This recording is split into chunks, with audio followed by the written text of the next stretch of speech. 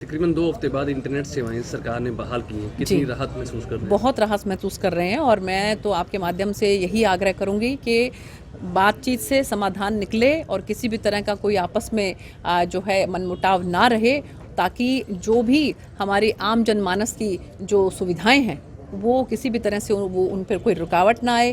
क्योंकि आप देखिए कि जगह जगह पर जो है वो रास्ते पर वहाँ पर वो नाके लगाए गए हैं, उसकी वजह से आम जनमानस को, खासकर बच्चों को स्कूल में जाने में बहुत दिक्कत होती है। आज भी मेरे पास स्कूल के बहुत से जो हैं वो अभिभावक और साथ में उनके जो प्रिंसिपल्स हैं वो आए थे कि जी बच्चों को सिर्फ 1 किलोमीटर के रास्ते को पार करने के लिए 40-40 किलोमीटर का रास्ता पार करना पड़ता है, बच्चों को बहुत दिक्कत आती है। तो मेरी आपके माध्यम से यही आग्रह है कि जो है समाधान निकले और किसी भी तरह का कोई ऐसी रुकावट जो है वो आम जनमानस की सुविधाओं में ना आए। शांति से ही सारी समस्या का बैठ के हल हो जाएगा, कोई ऐसी बात नहीं है। उपद्रव मचाने से भी कुछ नहीं होगा। प्रेम भाव से मोदी जी जान से लगे हुए हैं और खट्टर सरकार भी बहुत अच्छी ढंग से लगी हुई है। किसानों के लिए जितना हो पा रहा है कर रहे हैं और धीरे धीरे सब हो जाएगा। एकदम से होना सारा मुश्किल है। कितनी राहत महसूस कर रहे हैं इंटरनेट सेवाएं बहाल हुई हैं? इंटरनेट सेवाएं से तो सुबह उठते ही देखा जब लाइनें आ रही थी इंटरनेट की तो इतने मन खुश हो गया। बस इंटरनेट सेवाएं सिक्योरिटी रूप से बंद कर दी गई थी, लेकिन अब वो जो स्टार्ट हुई हैं, जैसे बच्चों की परीक्षाएं हैं और मैं समझता हूं कि ये नेट का दौर है, इसमें इंटरनेट का बंद होना एक चक्के का रुक जाना है।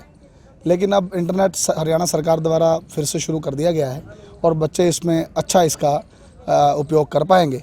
और जब इंटरनेट बंद था तो बच्चों को बहुत परेशानी हुई, इसी को देखते हुए हरियाणा सरकार ने इसको दोबारा से जारी किया है। आप एक युवा हैं, एडवोकेट भी हैं, कितनी परेशानी आपको खुद को झेलनी पड़ेगी? देखिए, एडवोकेट होने के नाते परेशानियां आती हैं, क्योंकि आजकल जो पहले किताबों में जजमेंट्स थी अब ऑनलाइन आने लग गई हैं, तो उसमें हमें परेशानी तो हुई है।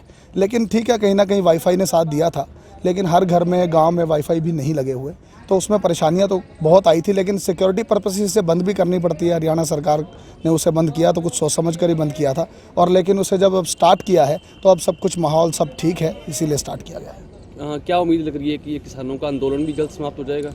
देखिए, किसानों से कॉन्स्टेंटली सरकार की बातचीत चल रही है और मैं समझता हूँ कि पहले भी ये आंदोलन हुआ था।